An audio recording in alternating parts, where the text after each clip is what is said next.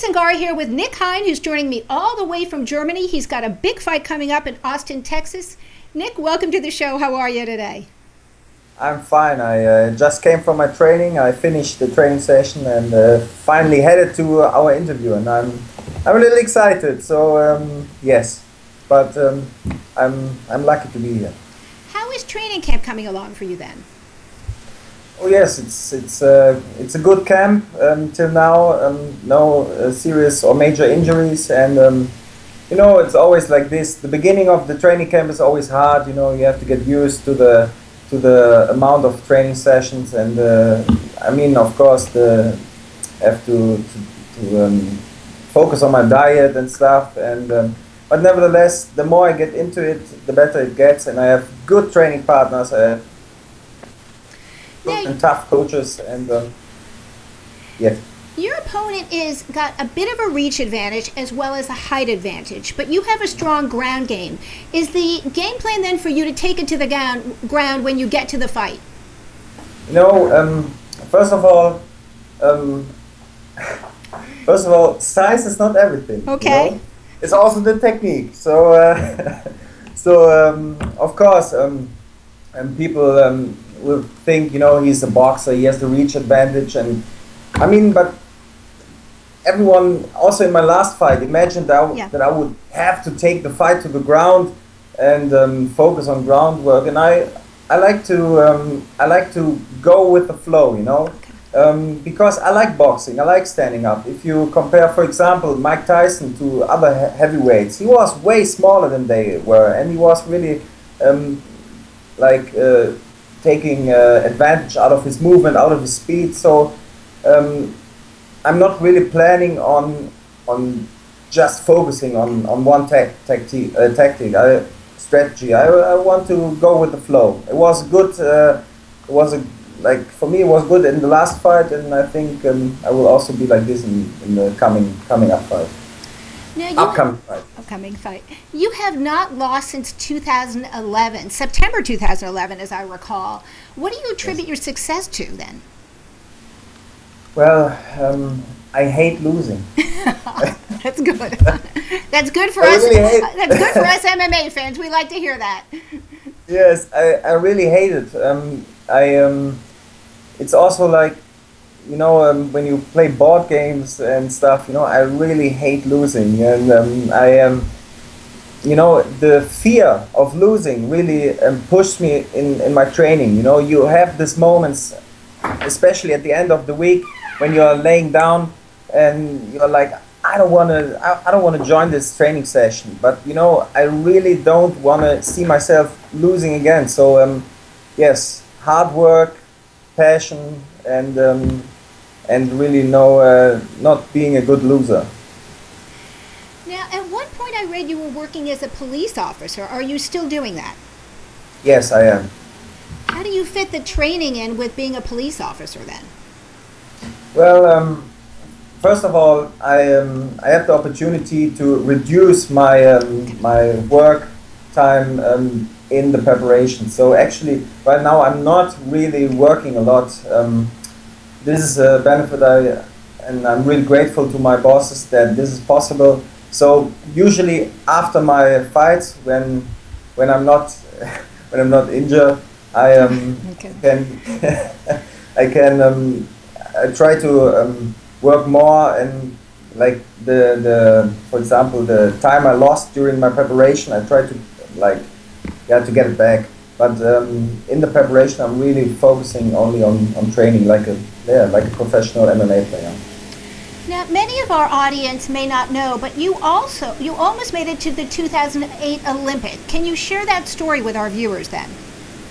Yes, of course. I did judo for 20 years, and in 2008 I was really in the closer circle of athletes going to the Olympic Games. And I was in the preparation. I think I really had the worst year of competitions in my life. I went to 5 different countries, and you have to get points to get to the Olympics, and I really had it wasn't really my year. And then eventually I broke my leg during training, which was the end of my Olympic dream. And I remember my wife is Japanese, and we went to Japan. I really didn't want to see anything of the Olympic Games. I didn't want to see any sports, no running, no nothing, you know. And I remember one day I was on the crouches, you know. I was going up the stairs to the apartment where we were living, and I switched on the TV, and believe me, the first channel I switched on, the first program, was the Olympic final of my weight category. Oh. And it was a German who was winning the Olympic Games. It was really like, yeah, it really took me down a little, you know. I was that was really something I won't forget. And yeah, that was that was my Olympic year. And then I really must say the passion, the flame, it kind of vanished after that. Well, it's For the Olympics. Yeah, for the Olympics. It's a blessing to us then, because my theory is if you had gone to the Olympics, maybe you would not have been competing in MMA. Is that correct? I think you are absolutely right, because you know, it's like this, you know, when this passion, I'm not done yet, you know. I'm not done yet, and I really try to find it, like my salvation, is that the right word, in MMA, and I'm on fire still, you know. I like that. You know, Nick, the fight takes place in Austin, Texas, and everything Yes. in Texas is bigger. They've got barbecue and cowboy hats. It's the big, great state of Texas. Have you ever had barbecue? Will you try it? And will you consider wearing a cowboy hat when you get there? Absolutely, Susan. Absolutely. That is really, because you know, you must imagine, like, when I grew up, you know, Texas, everything that was shown in Germany, you know, Texas was like the symbol of the states. You know, we were looking like the movies, Western movies, and you know, of course, cowboy hats. When you just mentioned barbecues, you know, I'm really looking for a good barbecue, like just after the weigh-in. I know it might not be the best to get in shape again, but nevertheless, I will do it, and I will not leave Texas without having tried a barbecue. So, and you know, with the Texas hat, I don't want to with the cowboy hat, I don't want to like tell too much, but this is something I really plan to do, maybe even in the walk-in. But I'm not I won't tell too much. I think you will gain a lot of American fans if you put on a cowboy hat, especially those Texan fans. They're very loyal to their cowboy and barbecues. Are they? Then I will drive in with a little bicycle with a barbecue grill in front of it. I would do that. I would do that. Nick, what do you like to do in your free time, if you have any, when you have it? Yes, well, of course I'm a family guy. You know, my wife and my son, they.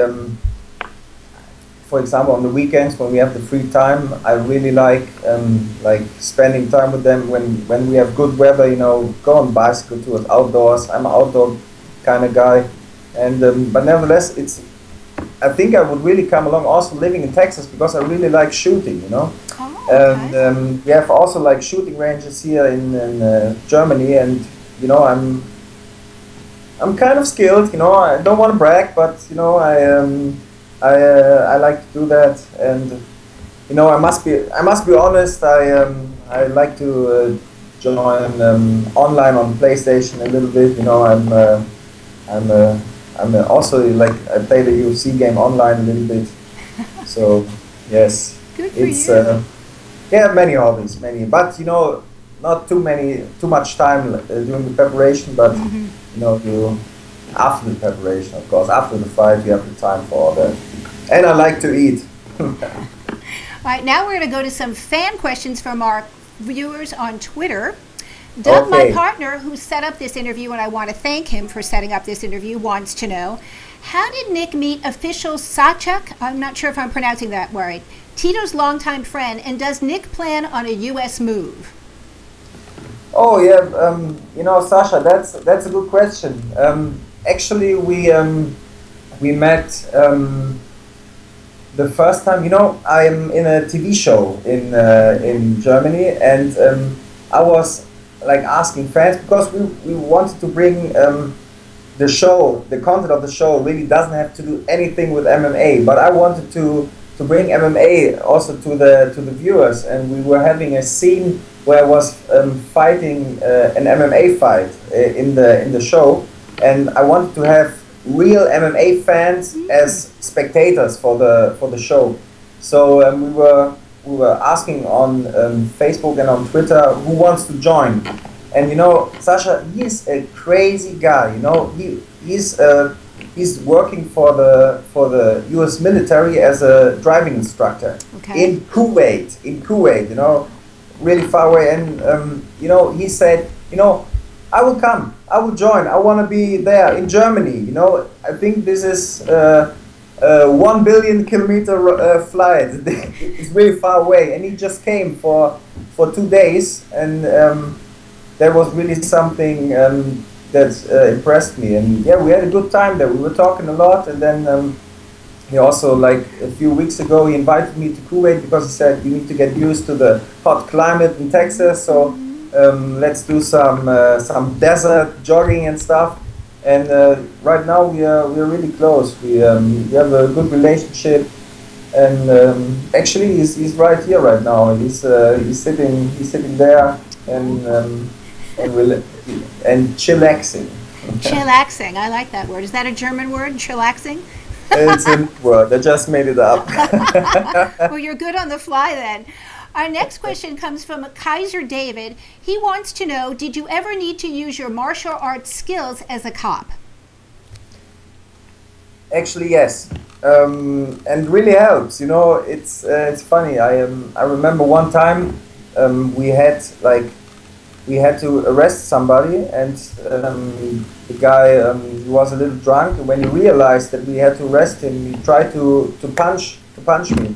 So I ducked under and took him in a double leg takedown, and flipped him over, somersaulted him, and he was quite impressed. And when he woke up, he was arrested. But he was good after that. We were even talking about that later when he yes. That's interesting. Yeah. I like that. Shogun Pants wants to know, what does Schnell Katalivkov mean? And I think that's a German word. Yeah, you're laughing at my bad German, I know. You just said faster potato head. It means like schneller, it's faster, and Kartoffelkopf is potato head. Okay. I won't be saying that again. And as you can see, I'm turning bright red over that. Schnell, say it again.